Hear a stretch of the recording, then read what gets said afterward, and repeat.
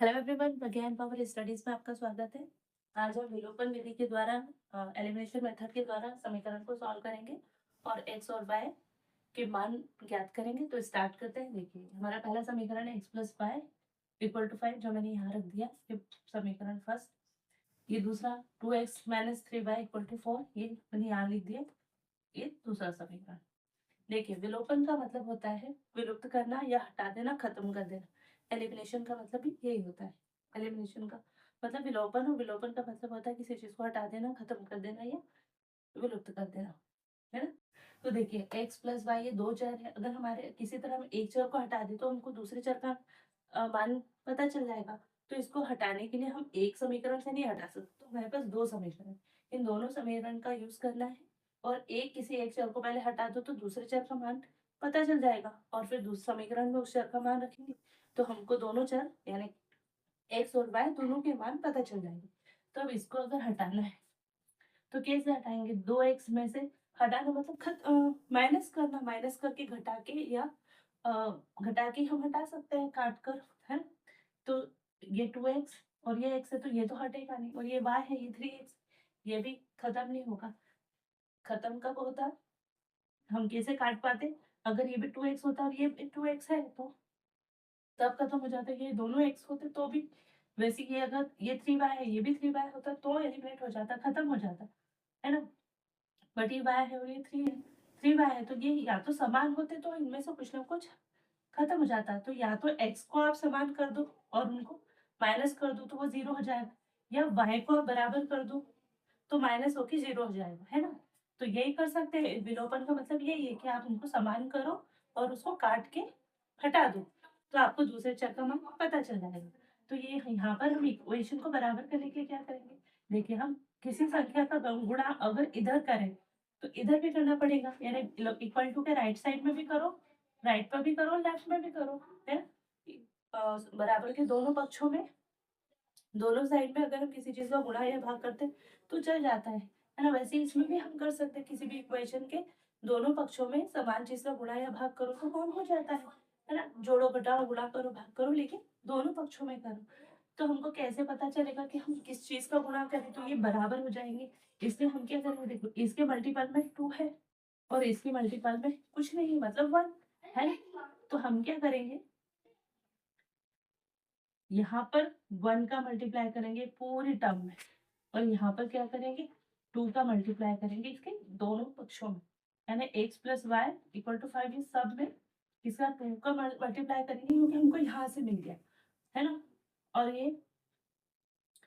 ये यहाँ 1 है इसलिए हम इस वाले इसका 1 में तो ये बराबर हो जाएगा। हम अगर 2 और 1 का नहीं करते तो हम, है ना, y की टर्म का भी मल्टीप्लाई कर सकते हैं। जो y की गुणक है, यानी 3 का मल्टीप्लाई ऊपर कर दो तो सब में कर दो, और इसका गुणक फिर 1 है तो 1 का गुणक इसमें सब में कर दो, है ना। तो y बराबर हो जाता है, y खत्म हो जाता है। तो अभी हम x के साथ कर रहे हैं, तो देखिए अब क्या होगा। 2 का मल्टीप्लाई x के साथ होगा तो 2x, प्लस ये 2 का मल्टीप्लाई y के साथ होगा तो 2y, इक्वल टू 2 का मल्टीप्लाई 5 से होगा तो 10। ठीक है। ऐसे 1 का मल्टीप्लाई 2 से होगा तो 2x, minus 1 into 3y equal to 1 का मल्टीप्लाई 4 से तो 4 आएगा। अब इसको माइनस कर दो, घटा दो, क्योंकि हमको तो खत्म करना है। तो हमने ये माइनस लगाया, बट जब माइनस का गुणा यहाँ हुआ तो इससे भी होगा, तो माइनस माइनस क्या हो जाता है? प्लस। माइनस का गुणा यहाँ होगा तो प्लस, और यहाँ पर कोई साइन नहीं है मतलब प्लस है, तो प्लस का माइनस का गुणा प्लस से होगा तो क्या होगा? माइनस। तो देखो, ये प्लस और ये माइनस क्या होगा? ये कैंसिल हो जाएगा, कट जाएगा, 0, है ना। तो या तो 0 लिख दो यहाँ। ये भी प्लस का है, ये पहले माइनस था, अब ये लेकिन प्लस है। तो प्लस और प्लस क्या होगा? प्लस, यानी 2y प्लस 3y क्या होगा? 5y इक्वल टू 10, प्लस का था ये माइनस का 4 हो गया, पहले प्लस था 4, तो 10 में से माइनस 4 हुआ तो 6, और बड़ी संख्या के सामने चिन्ह जो होगा वो लगेगा। 10 क्या था? प्लस का, इसने प्लस और प्लस हम लगाते नहीं, तो y इक्वल टू क्या होगा? 6/5। ये हमको क्या पता चल गया? y का मान, है ना। y का मान पता चल गया। अब y का मान हम किसी भी एक समीकरण में रख दें, ये दो समीकरण है, इसमें या किसी में भी रख दो, तो ये इजी है थोड़ा, पहला वाला इसी में रख देते। तो x plus y equal to 5।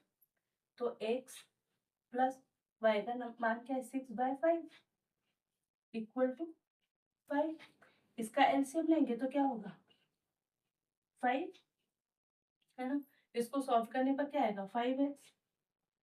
अब इसको कैसे करते हैं, तो ये देखिए एलसीएम है तो एलसीएम को पहले लिखो, गुणा कर दो। ये जो टर्म है क्या है x/1 है ना, इसका डिवाइड में कुछ नहीं है, डिनोमिनेटर कुछ नहीं है, हर कुछ नहीं है, तो हम 1 कर देंगे।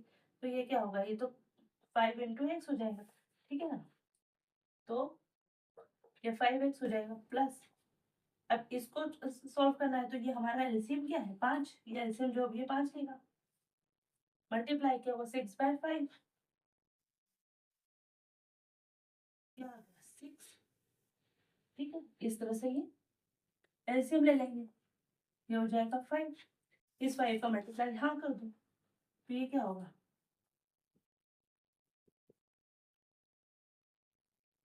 5x plus 6 equal to 25।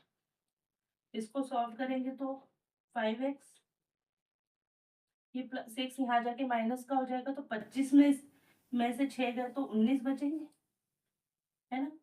और x बाय क्या हो जाएगा 5, 19/5, क्योंकि x यहाँ 5 मल्टीपल में था, यहाँ जाके डिवाइड में हो जाएगा तो 19/5, तो यही आंसर है। हमको क्या करना था y का और x का मान, x और y के मान फाइंड आउट करने थे विलोपन विधि से, तो हमने वो कर दिया।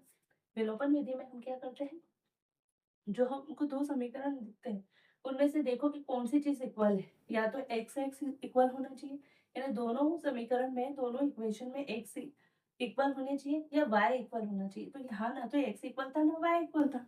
हमको विलोपन हटाने के लिए और उसको जीरो करने के लिए, किसी एक चर को जीरो करने के लिए कम से कम एक चर हमारा समान होना था।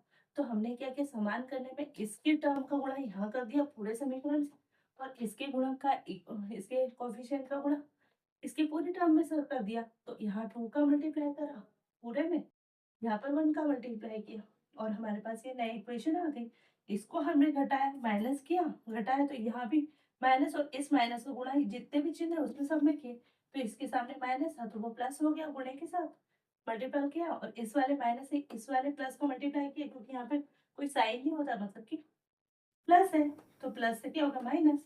अब इसको नए चिन्ह के साथ यूज करते हुए, नए चिन्ह का यूज करते हुए इसको घटा दिया, है ना। तो ये 2x कैंसिल हो गया, 2y प्लस 3y जुड़ गया और ये घट गया, तो 5y इक्वल टू 6। तो इस तरह से y का मान क्या आएगा 6/5।